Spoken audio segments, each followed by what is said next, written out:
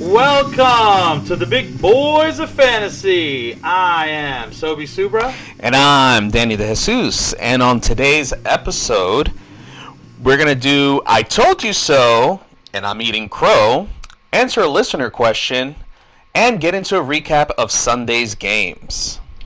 But first, we do want to thank the listeners. Thank you so much. We've been getting views on here. We've been getting some good feedback. Yeah. And please, if you're watching this, you're enjoying this, share, and please don't forget to subscribe. We're that's always helping us out. Absolutely.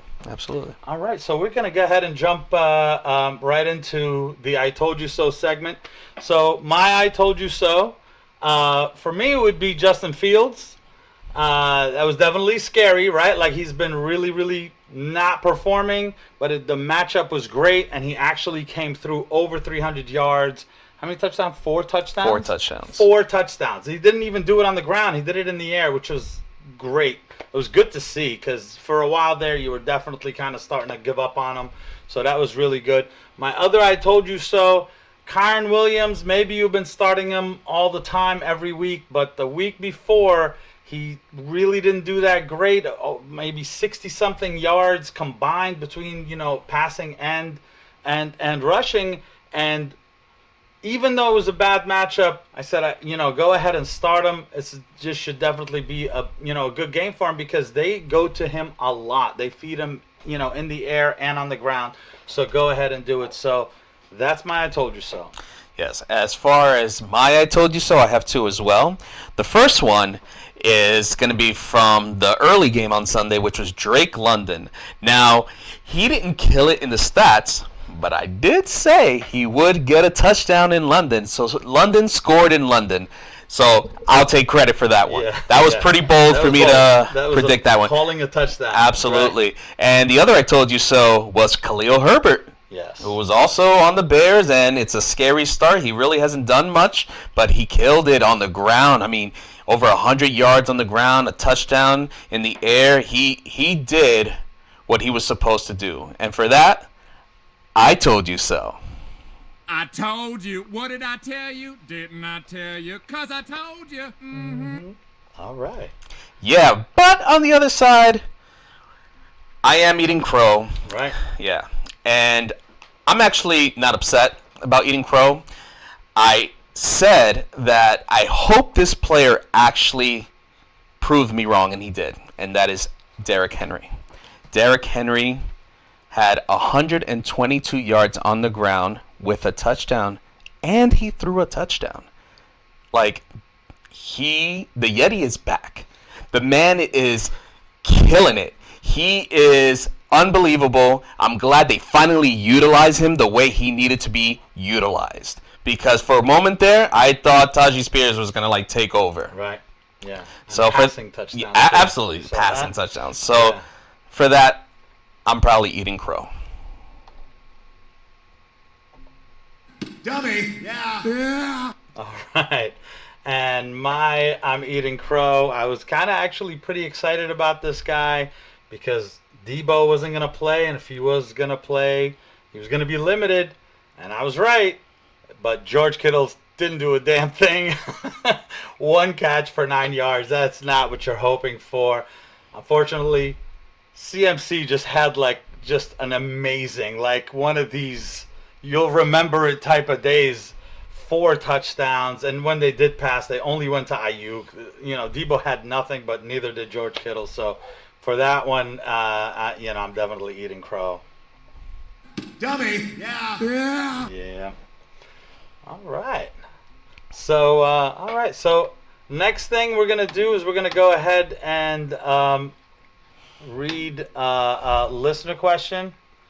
So this is basically going to be about evaluating a trade. So the listener says, first off, thank you for commitment to your loyal listeners. The fact that you re-recorded your most recent show last Friday because the audio quality wasn't up to par to your listeners is really cool. Thank you for that, yes, by the way. Appreciate it. That was a rough night. Yeah, it was. I'd like for you guys to analyze a recent trade.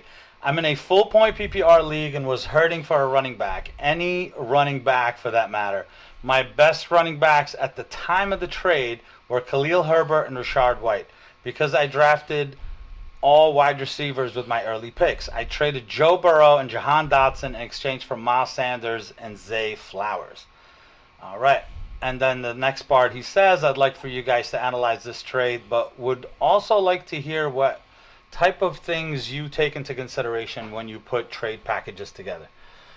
All right, so as far as the trade goes, and this trade happened before this week's game, so I'm not excited about kind of getting rid of Joe Burrow, but we did, whenever we get asked stuff like this, I obviously reached out to the person to kind of find out, like, okay, who else do you have at quarterback? You don't want to just throw away Joe Burrow. Absolutely. And now you're going to stream the rest of the time.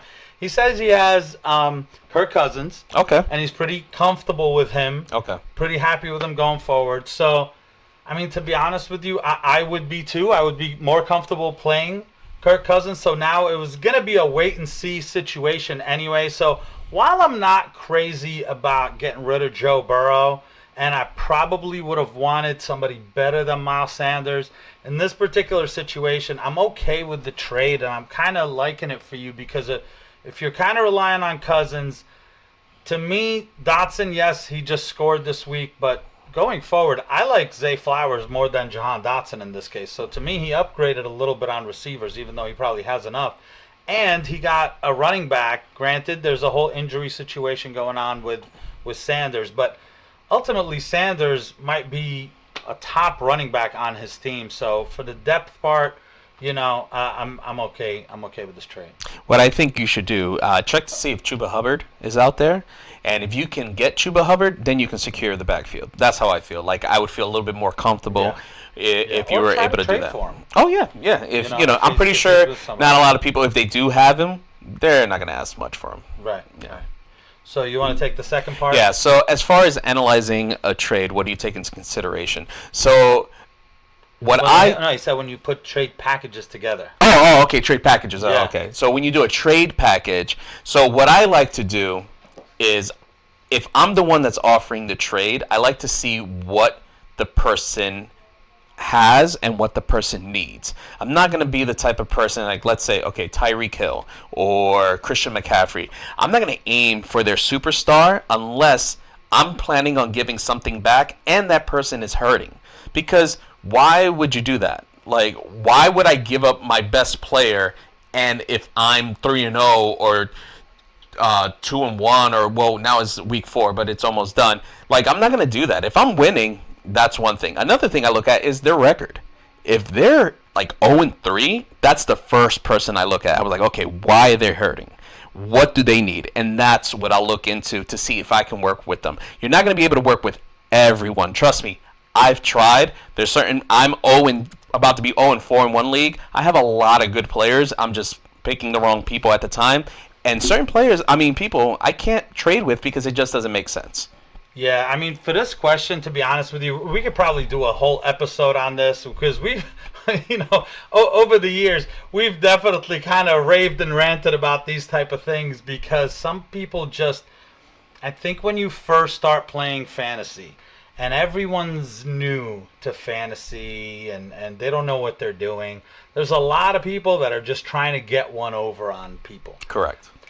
I'm just here to just give a message out to everyone. If you're in a league that they know what they're doing, please stop. It's just insulting if you say, well, this player gets 20 points a game. I'm going to give you 3 players that get 10 points each.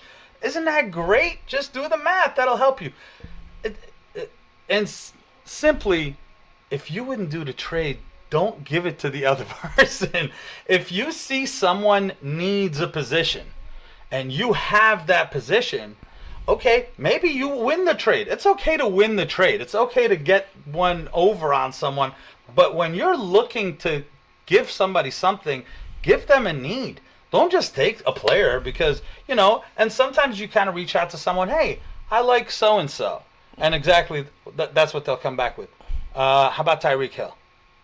Did I ask you for your equivalent of Tyreek Hill? I didn't even come close. I wasn't even in the ballpark. So why would you think that that's what I want?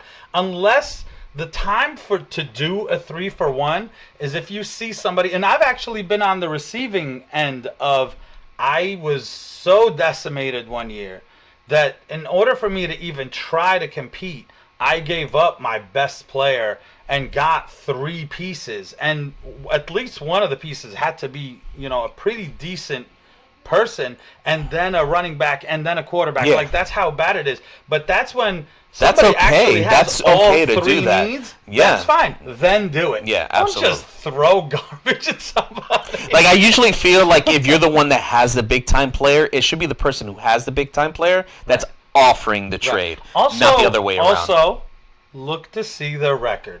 Please do not go and try to take Christian McCaffrey from the guy who's 4-0. Correct. Why would he give him up? You know what I mean? What? He's not desperate at 4-0, so why would he give him up? If it ain't broke, don't fix it. Right. And I personally love trading bench for bench because you're basically trading potential for potential. Maybe you like somebody more than the other person or whatever. So, all right. So, thank you for the question. We're going to go ahead and move on to the main event over here. So we're going to go ahead and do a recap of the week. It was a little bit of a crazy week in the sense that I don't know if you saw a theme. It was either people blew up or there was massive disappointment.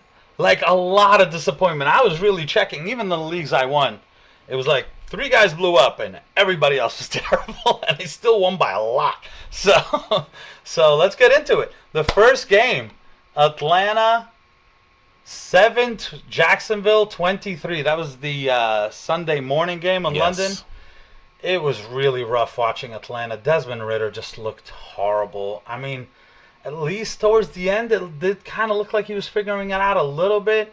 Like I said, luckily for Drake London, 3 for 28 for a touchdown. But on Kyle Pitts, I mean, I don't know which button are you thinking about? Honestly, it just may be time. It may be time. I don't know about you. I don't know how you feel. He's 95% owned, by the way.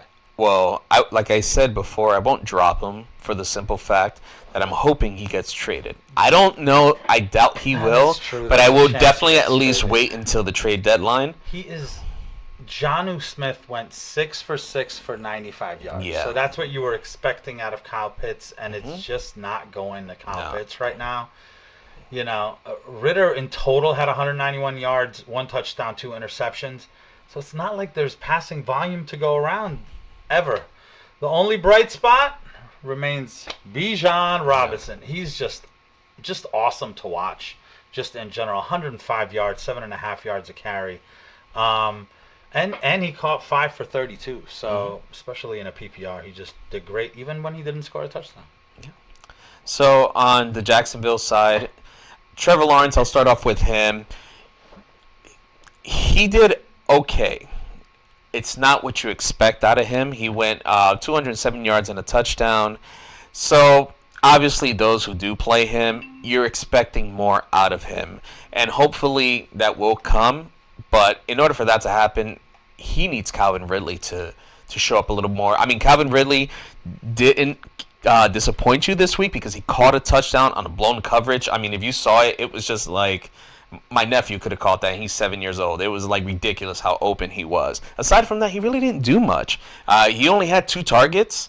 I mean, 2 for 38. That's that. If he doesn't catch that touchdown, that's another disappointing day. 1 for 8. Yeah. Catch that touchdown. Yeah, the ones who benefited the most out of the passing game were Christian Kirk and Evan Ingram. Christian Kirk, 8 catches, 84 yards on 12 targets. Nice. Those 12 targets, that's what I expect from Calvin Ridley, not Christian Kirk.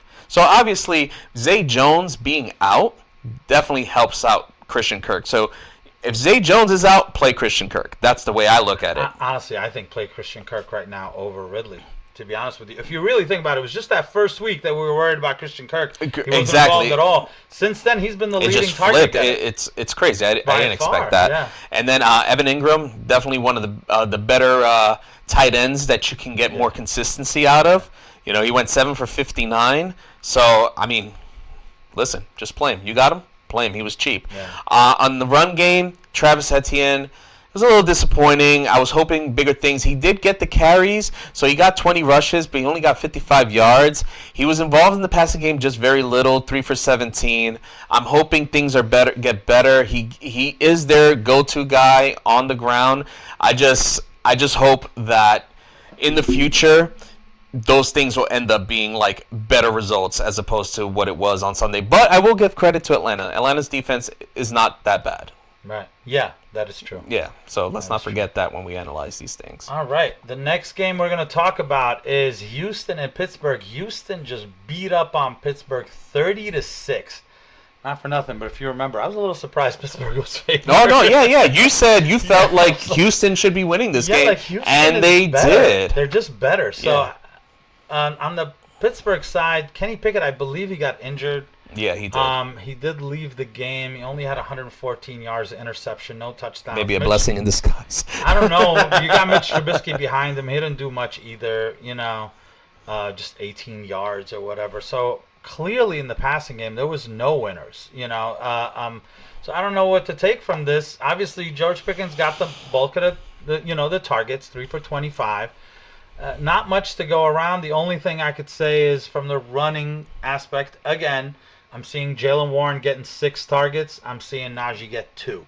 So at the end of the day, these targets, especially in a PPR, Warren's catching 6 for 26. That's an 8-point floor without the rushing. But the rushing is still going mainly to Najee. 14 for 71 for Najee, 8 for 29 for Jaylen Warren. So not much to take away here outside of definitely make sure Warren is kind of, there, and be wary when to start Najee. Yeah, I mean, it was a favorable matchup for Najee. It's just he hasn't showed much. But we said him. Yeah, no, I mean, he did great as far as his average per carry, but it was just kind of like, for fantasy, you're not happy I guess getting those points. Unfairly, they were just trying to pass, but it's not like they passed either. I don't know. I guess the offense wasn't even on the Yeah, it didn't seem like it. Punt after punt. I don't know. As far as Houston, definitely a lot better story on this side. C.J. Stroud, honestly, if he's out there, you need to roster him. He has shown that he looks the most comfortable out there out of all the rookies. And I'm not saying that he's better than like Anthony Richardson right now, because Richardson did get hurt. I just think he's on par with that because, oh my goodness, he just looks so comfortable out there. He's killing it. Nico Collins, my goodness, 168 yards, 2 touchdowns.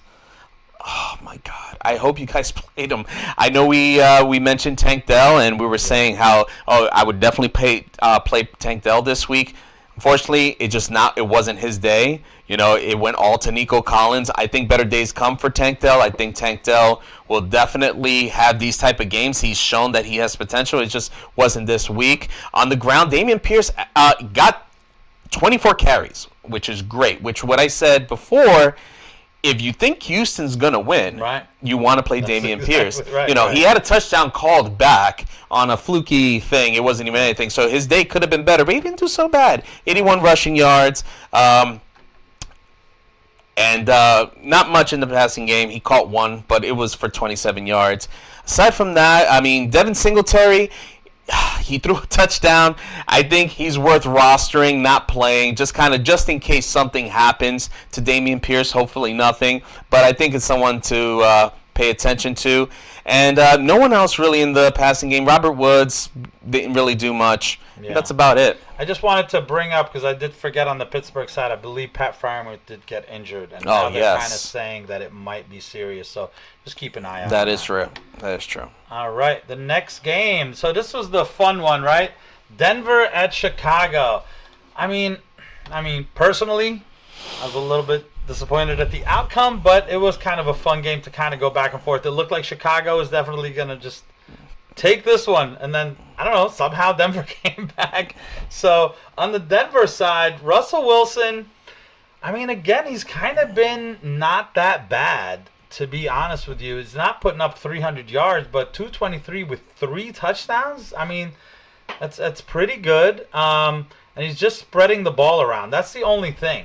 Is if you really kind of take a look at it, Cortland Sutton was probably the one that kind of did the best, but even he only got 27 yards. So 5 targets, 3 for 27 and a touchdown. Jerry Jeudy, 5 targets, only 3 for 52. The big thing really was Javonte Williams getting injured.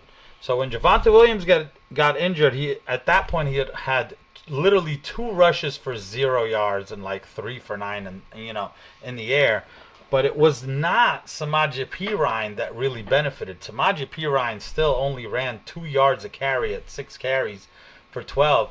It was Jaleel McLaughlin, which I'm sure that's going to be the new name right now, depending on the extent of Javonte Williams' injury. He 7 for 72. I mean, I kind of heard about him a little bit, but you kind of figured, okay, he's got 2 people ahead of him, and these guys were getting drafted. So when is he going to get the opportunity? He got the opportunity right away, and he did 3 for 32 and caught a touchdown. So definitely, pretty crazy there for, with Jaleel McLaughlin. I don't know if I'm saying it right, but I believe that's how you say it. What do you kind of do going forward? If Javonte Williams is out for a couple of weeks, is it going to be split with Samaje Perine? I think so, but he may definitely be somebody that, he looked pretty explosive. Oh, he did. That's kind of what my takeaway from the Denver game. Yeah, we did say that play your running backs against the Bears. Yeah, and it wasn't Javonte. It was exactly.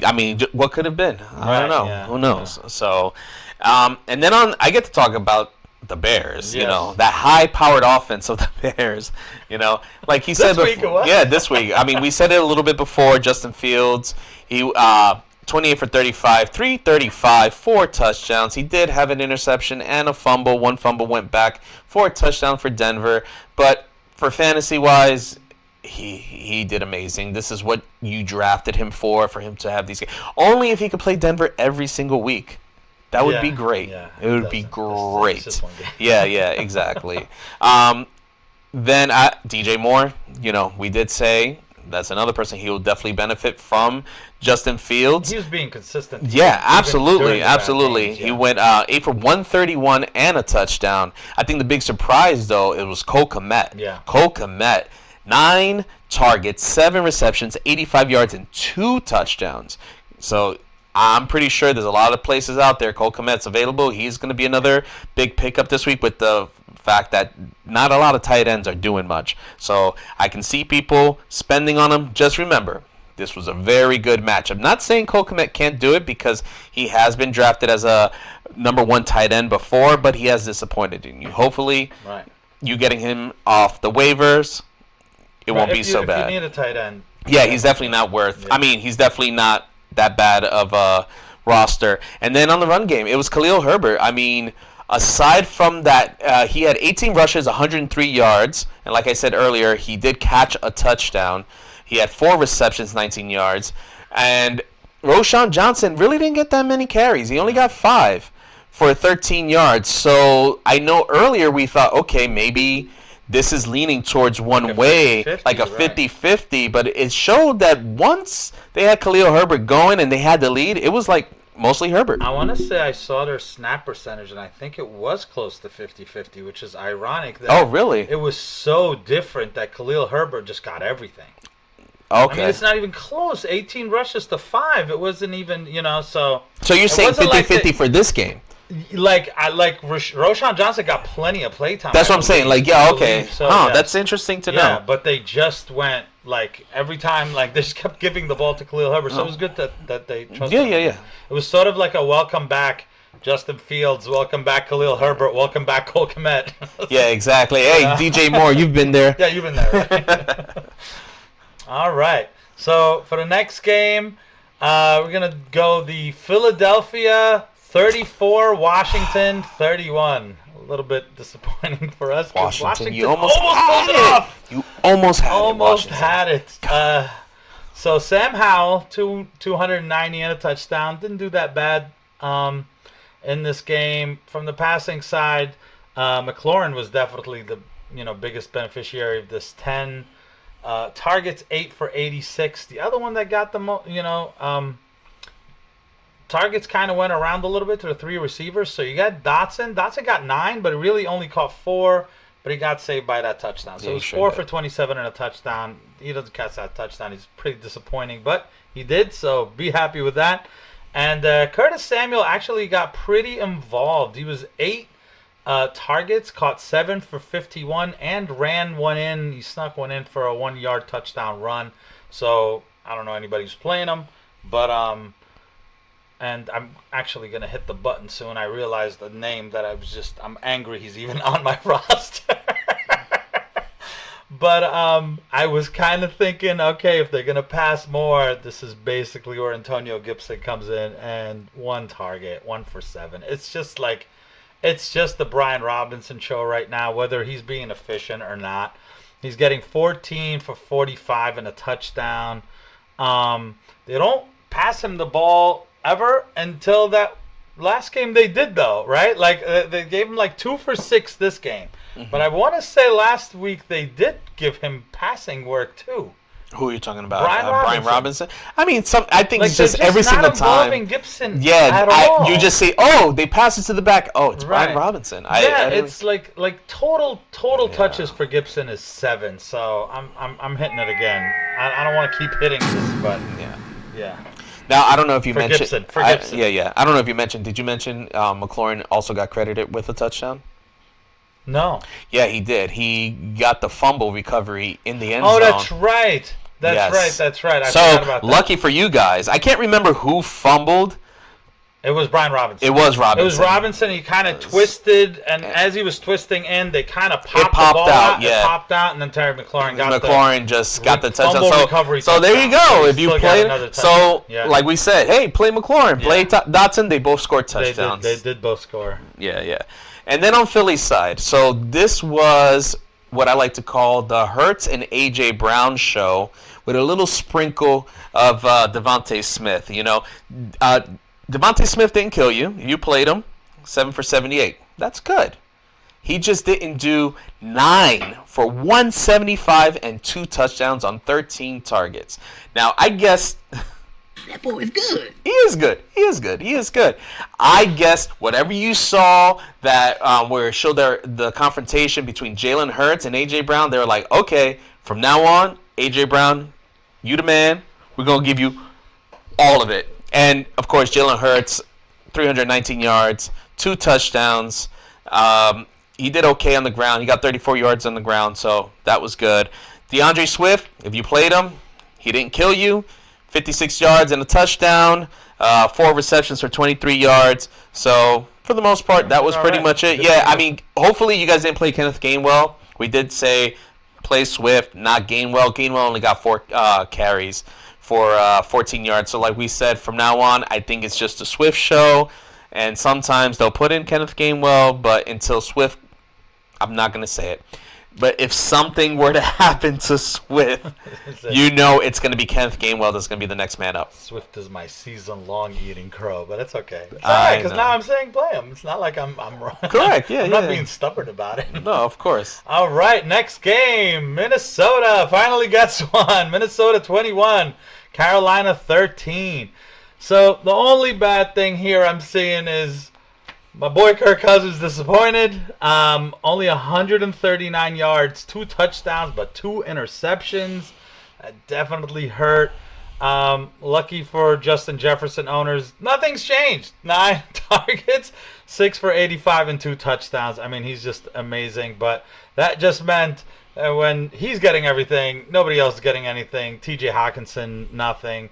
And Jordan Addison blanked 0. You do not want to see that, and I'm sure people played him. I mean, I don't know. It was kind of pretty. You know what I'm gonna do? I'm just kidding. Don't panic. It's just it happens. It happens. But I did like Alexander Madison, and he did all right on the ground. 17 for 95. Cam Akers just starting to get involved. 5 for 40. Not sure what the splits are going to be going forward, but I do think it's going to be... Honestly, I think it's going to be Madison, unless Madison gives them a reason to play Cam Akers more, or Cam Akers somehow just starts to be amazing, which, I mean, he averaged 8 yards a run. Yeah, that's pretty good. So that's really good. So, I don't know. I'm still... It's a wait-and-see situation in the run game for me. Okay. And then on the Panthers side, Bryce Young He played, which we expected him to play. So if he plays, you're kind of like temper expectations for the receivers. It wasn't really the coming out party for Adam Thielen or the welcome home party for Adam Thielen as we expected, but he didn't do so bad. 7 for 76. He was pretty much the only bright spot in the receiving game. DJ Shark disappointed. I mean, Terrence Marshall had a great game, but no one played him. And I mean great game as in a PPR because he got 9 catches for 56 yards. He had 10 targets, but no one really played him. I'm not really looking towards him right now either. I think it's Thielen. No, it's Thielen, Shark. He would have to do this on a more consistent basis. Because he hasn't. No, absolutely not. So don't run out and... No. Like, if you have spot in your your roster and your bench. You may be in like a really deep league that it's like, hey, let me take a shot. If you want to get him cheap, but I'm not going crazy. Like, oh my God, 10 targets. Yeah, he's gonna be the number 1 guy going forward. As far as the run game goes, I would roster Chuba Hubbard if you can. Not saying that I think he's gonna take over for Miles Sanders. It's just that I don't know how healthy Miles Sanders is. Like I said before on Friday, don't play Miles Sanders if he's playing. Don't play Chuba Hubbard. Hopefully you listen because they didn't really do that much. Chuba Hubbard actually outrushed Miles Sanders with 41 yards. He got 14 carries, and Sanders got 13 carries for 19 yards. I just think it was a matter of health. I don't think that's what's going to be the trend. So hopefully we'll get some more clarification as the week goes by, as we'll see how hurt Sanders really is. I mean, he played, but he didn't really do much. All right. All right, so the next game we'll talk about, the Rams 29, Indy 23. This game ended up going into overtime.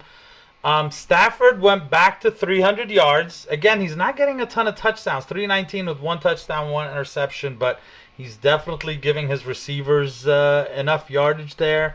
And Puka is just still doing it. I mean, it is amazing. He's like breaking rookie records at this point. He's right there with Anquan Bolden at his first start. I mean, 10 targets, 9 for 163 and a touchdown. I mean, that's great.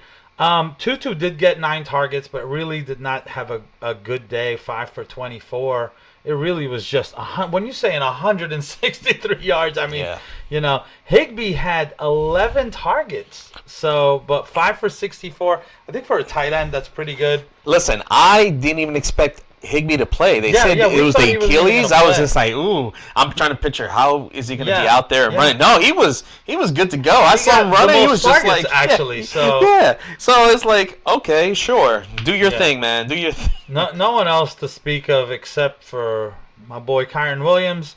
When I'm looking at this, I mean, 25 carries, 103 yards, and 2 touchdowns, and a little bit 3 for 24 in the air. I mean, just play him. Don't even worry about the matchup because even when they're losing, they're just doing more dump-offs. He's involved in the passing game. A few less rushes, maybe a few more dump-offs, and he's still getting you a good day no matter what. His floor is great right now. No, absolutely. On the other side, the Colts, Anthony Richardson. Great game. First game back. He only passed for 200 yards with 2 touchdowns in the air and 1 on the ground. Got 56 yards on the ground as well. So if you played him, you were happy. As far as the receiving side, no one really did much. I mean, you had a couple of guys catch touchdowns, but there weren't even guys you're really thinking about playing. Michael Pittman definitely disappointed this week. I expect a little bit more out of him. He only had 1 reception for 15 yards, but I think he'll be fine. You don't have to worry about him really throughout the season. It's just 1 game. Zach Moss. Now, Zach Moss started a little rough, and they were behind. So I think as they started getting more and more momentum, he was able to run the ball a little bit more. He ended up with 18 carries for 70 yards, which isn't terrible, but the way that he's been playing the last 2 weeks, you were expecting a little bit more. And now the big thing is that now Jonathan Taylor, is he going to come back? Are they going to take him off the PUP? That's what I'm hearing. They say that he's going to practice on Wednesday. They're going to say they're practicing on Wednesday. On Wednesday, so... I'm not buying it. Yeah, you got to pay attention to it. I'm not saying he's definitely going to play for them. I mean, granted, yes, of course, I have Moss, so I'm kind of hoping he doesn't come back. But you're just hearing so many things, and I feel like we heard this in the preseason, and nothing's really changed. So correct. Just keep an eye out for when they say. I do think that if he does come back, I think he takes the job over immediately. Yeah, Doesn't matter how he's good a special Moss is talent. doing, He's not. right? It doesn't matter. They're just gonna play him no matter what. And to be honest, he really should come back because if you're kind of asking for more money, you want to come on this team, you want to do great, and then you want to go ask for a ton of money next year, depending. And it's like, who cares if I leave the Colts? Let me kind of go somewhere else. So I just think it would benefit him to come back. But he did say just a couple of days ago that it's like he doesn't want to come back. So it's like, I don't know. Which is it? I don't know. Just pay attention to it. Just pay attention. I just can't imagine like what the Colts would be like if they had Anthony Richardson and Jonathan Taylor. I'm a little bit nervous though. About who? About the receiving guys, because I don't know. It's 11 completions by Anthony Richardson. This is not a game they got like. Correct. Blown out or that's the thing. They had to just run the whole time, and their running game is what did it. It was just like. Well, don't forget they were behind early.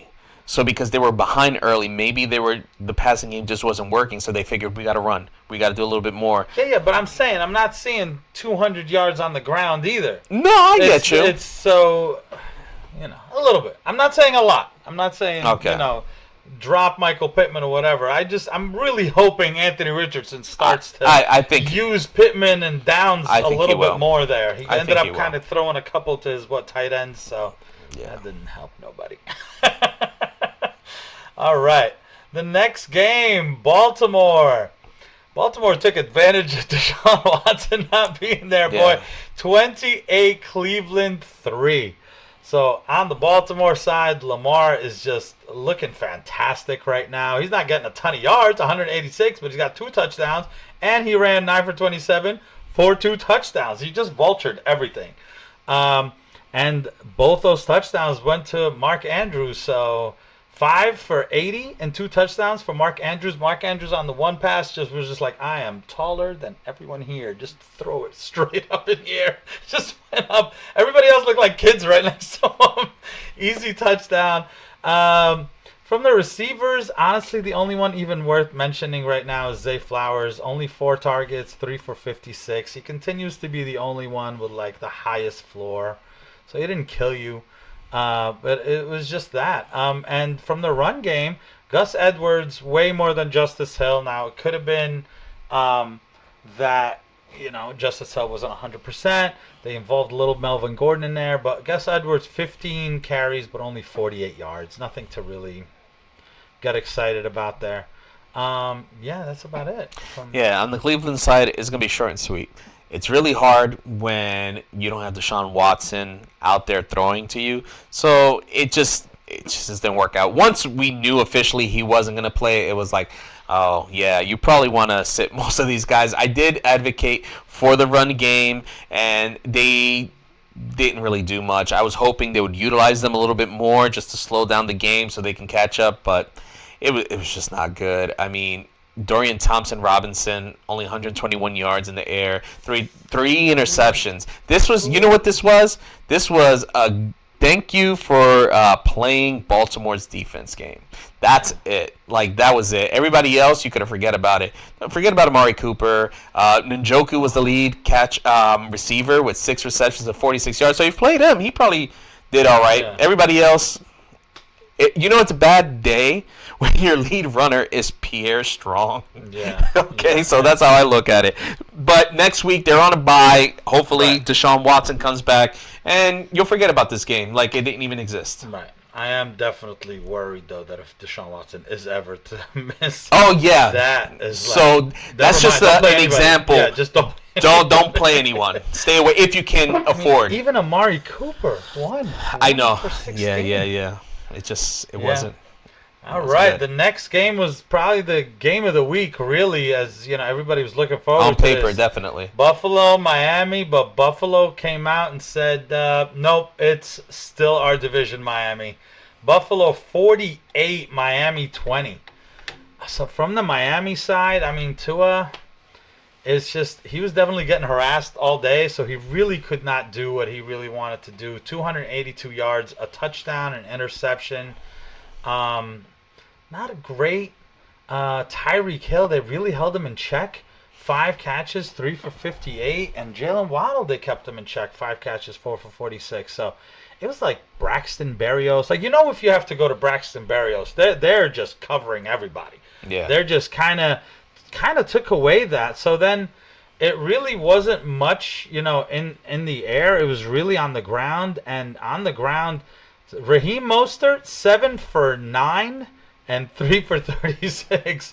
I do think he got hurt though, right? There was a play that he went up, but he did get back on the field. No, I think he fumbled. That's what it was. Oh, okay. He fumbled, so there is some kind of thought to, is that why they played Devon Achane? Achane. Achane? Is that Achane. Achane. Achane.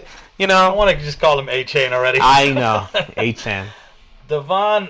Oh my God. Okay, 8 for 100. 8. Only 8 for 101. That's all he needed. That's all he needed. 2 touchdowns. 101 and 2 touchdowns. I mean, it was amazing. If you played him, it definitely worked out for you. So congrats. And I think it's just my only takeaway. It's a little bit. This is, you're talking about Salvin Ahmed is not there and Jeff Wilson. They're all coming back. So what's it going to look like when all 4 of them are there? I just think A-Chain is too explosive not to play. And I would say don't freak out yet about Raheem Mostert, but keep it in mind. What do you feel about A-Chan, though? I like A-Chan. I do, too. It's just easier because it's just off the line. Okay. Now, I know, it's not tough. H. Okay, Yeah, got it. So on the other side, Buffalo, okay. Josh Allen. Woohoo. Stephon Diggs. Listen. That boy is good. Yeah, they're both. It was. Woo! If you have that stack. I tried. You know who you are. Yeah. If you had that, you could. Oh my God. It's what dreams are made of. Josh Allen, 320, 4 touchdowns in the air, and he had 1 touchdown on the ground. There's not much to say about him. Stephon Diggs, 120 yards, 3 touchdowns. I mean, it's ridiculous. If you played Gabe Davis, he didn't disappoint you. He got 61 yards and a touchdown. James Cook finally scores a touchdown. He didn't do too much on the ground, but still, you're not that disappointed if you played him. He had 1 long catch for 48 yards. That's pretty much it. I mean, there's not. I mean, I know you're probably looking at the tight end, and he didn't really do much. Not Kincaid. Dawson, Kincaid, but that's okay. Hopefully, you haven't really been depending too much on him. 4 catches, 27 yards. It's just there's not much to say. I mean, it was dominated by Diggs. That's what it is. It didn't really get spread around. Correct. And you're playing him, so it doesn't even matter. Right. All right, next game. We got quite a disappointment for so many people. Yeah. Tennessee 27, Cincinnati 3.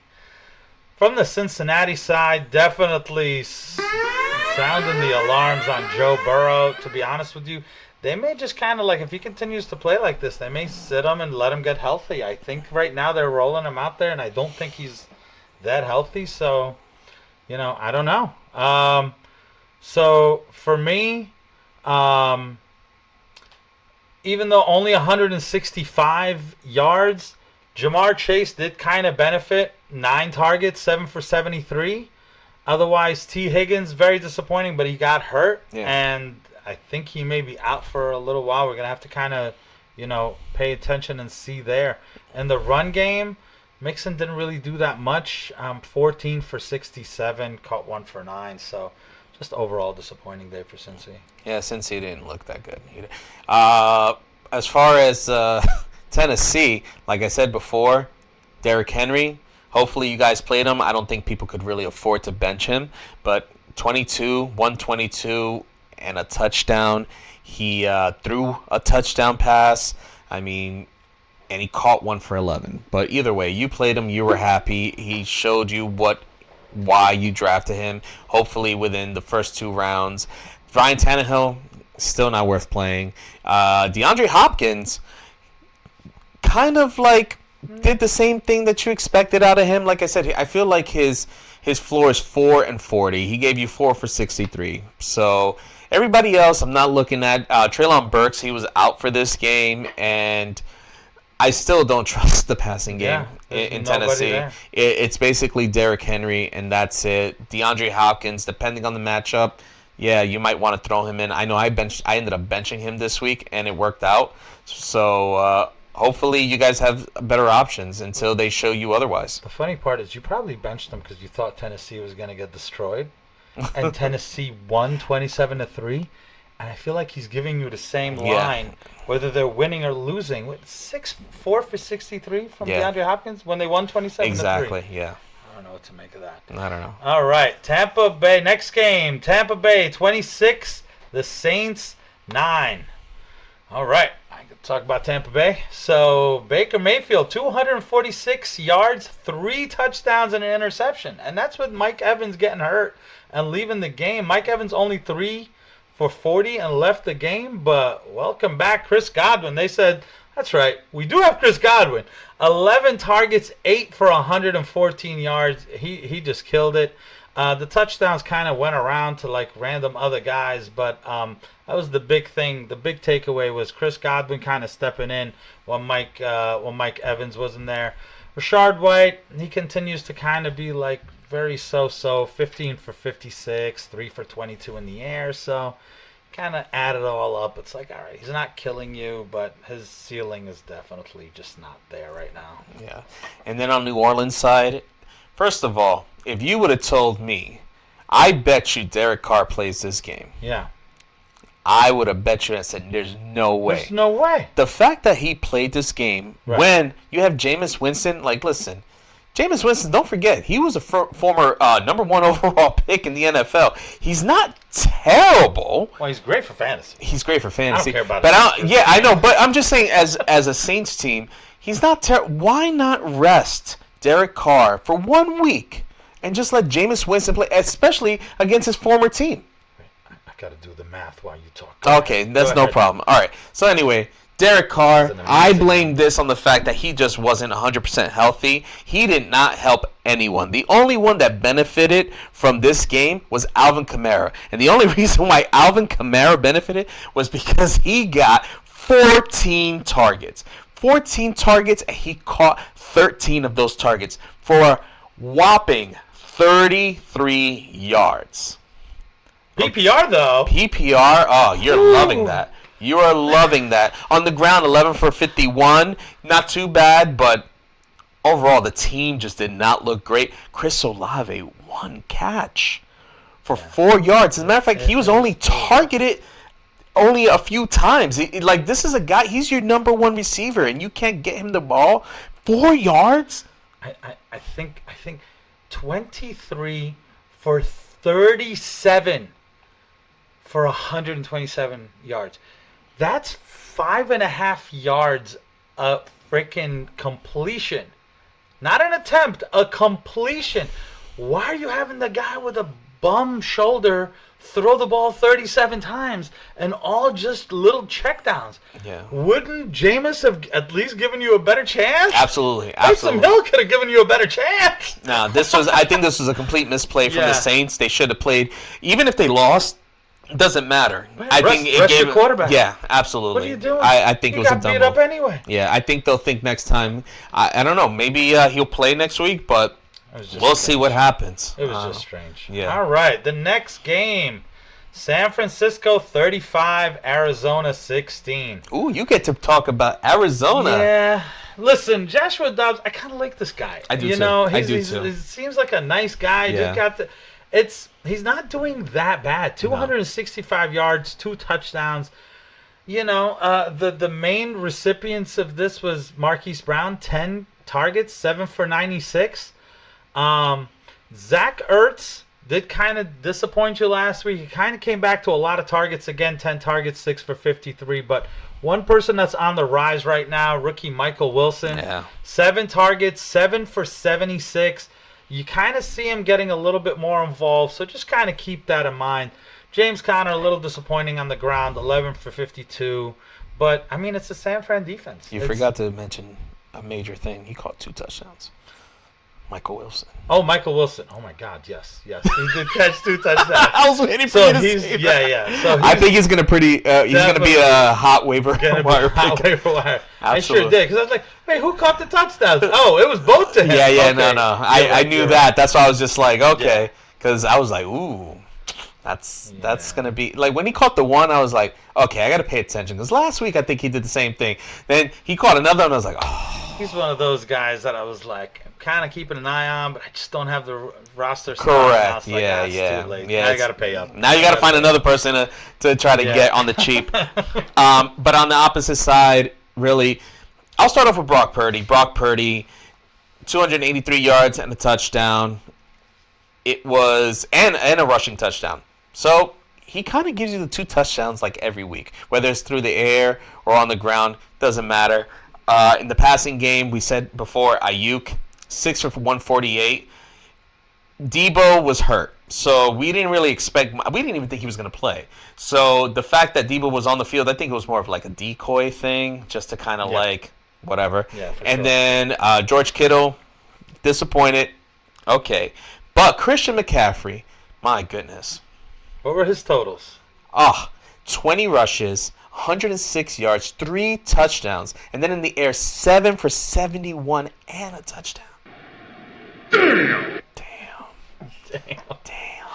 If you faced him, I'm sorry. He's so good. I have to say, he should have had one more. I can't believe it. Like not to. Yeah. But he almost broke tied the record. A record for the Niners. Yes. If he had 5, and they were on like the 1 yard line, and they went to someone else. Then they did a quarterback sneak. It was like, guys, what are you doing? Just like, wouldn't you just okay, whatever. If you had him, you won anyway. So it didn't even matter. I mean, maybe That's not true.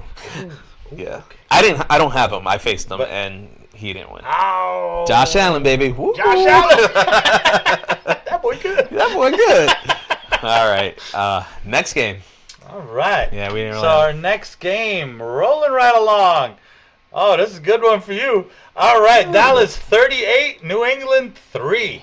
Mac Jones just roughed up all day long.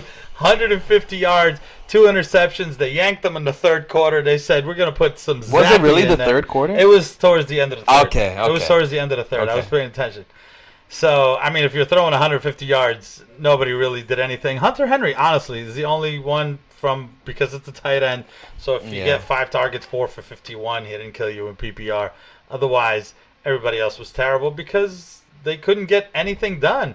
And then on the ground game, they said Zeke was going to get a little bit more. It didn't matter. 14 for 30 for Ramondre on the ground, 6 for 16 for Zeke.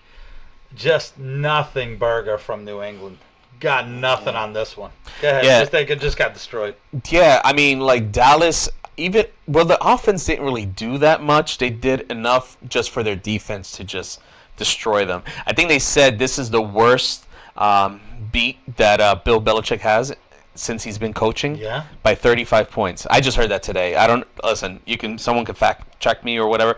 I heard this through secondhand material, source. 38 today. Yeah. So I'm not 100% sure on that, but I mean, Dak, if you started him, and I don't think a lot of people really did, he didn't do so bad. 261 and a touchdown. CeeDee Lamb. They didn't just really need him. He caught the touchdown, so it saved his day. Yeah, so 4 for 36. On the run, the 2 guys who benefited the most in the passing game were Michael Gallup, 5 for 60, which a lot of people, they're not playing them. But Jake Ferguson, which definitely someone that people have been picking up and streaming here and there, 7 for 77, so that's good. Tony Pollard, disappointing day for him. He only had 11 rushes for 47 yards. They really didn't need him. The game got kind of out of hand pretty quickly. Defense, Yeah, the defense scored twice on what you call it? Yeah, they scored twice. That's what it was. How about It was special teams? No, it was a fumble recovery. It was like the sack strip, fumble recovery touchdown, and then he got picked off and ran it back to the house. I feel like we're still missing some touchdowns there. 38. I don't know how they got that. Was Well, field goals too? there was a couple of field goals, and then backup running backs scoring. Okay. So it was just not really much else to say. It was kind of like a statement game for the Cowboys, pretty much. All right. Next week, though, against San Fran, I can't wait. That's going to be it Sunday night, right? Sunday night game. All right. So the next game, the Chargers 24, Las Vegas 17. That was a good division game. Unfortunately for the Raiders, they had their backup quarterback in there. This kid tried, but 238 yards and interception. He felt like he was getting harassed all day too. So the main beneficiaries in the air was really just two people. Devontae Adams, 13 targets, 8 for 75. And Josh Jacobs, 11 targets, 8 for 81. He added another 58 on the ground and a touchdown. So really good day from Josh Jacobs, and they used them like crazy.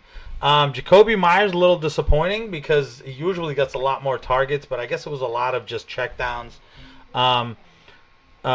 So only like 4 targets, 2 for 33. That's about it.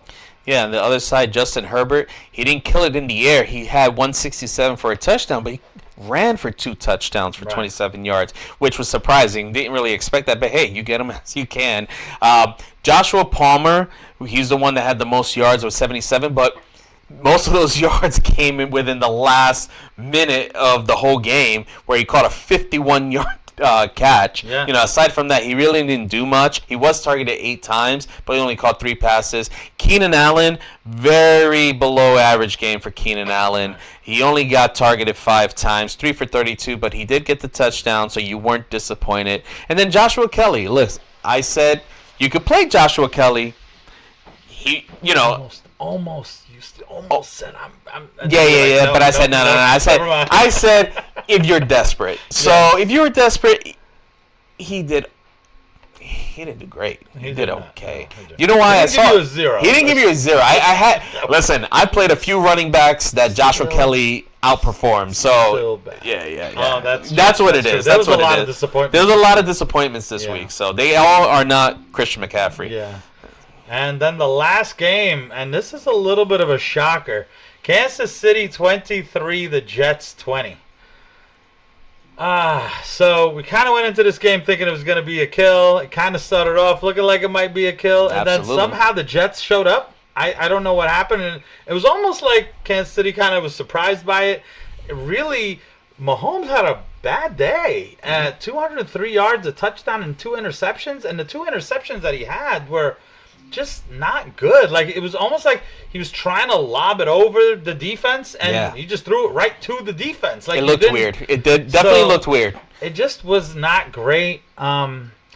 Still Kelsey. Obviously, you expect more from Kelsey. 9 targets, but 6 for 60. So he didn't kill you or anything. But just the fact that you definitely expected more.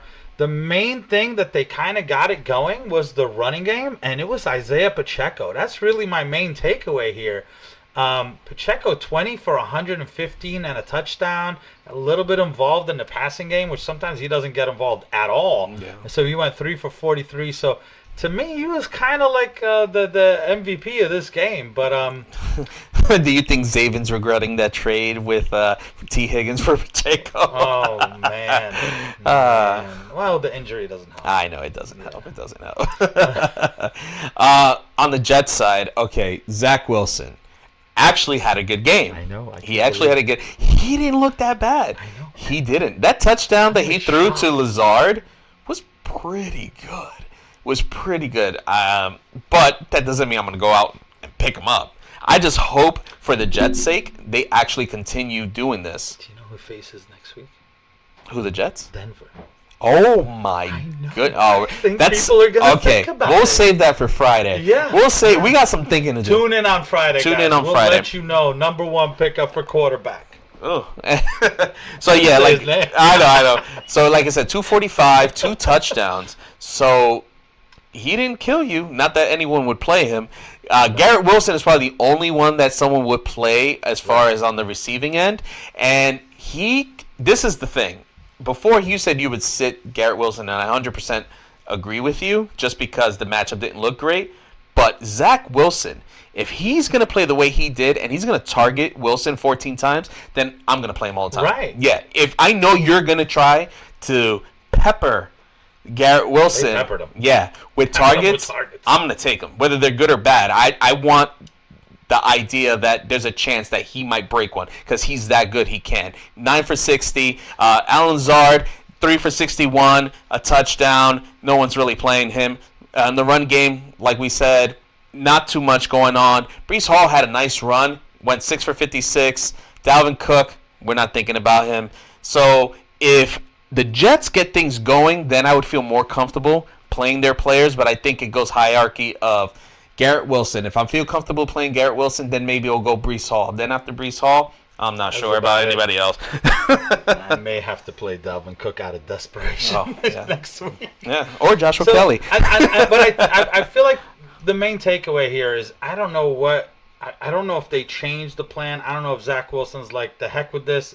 He just looked like he was playing not just with confidence, but almost like they were tailoring the plays to his strengths. They weren't asking him to do much, and it just was working out. The little passes here and there, and they were going for a lot of yards, and it just kind of worked out. So I think good news for the Jets. I think this kind of lets me now not be scared for Garrett Wilson. Correct. If they can figure this out.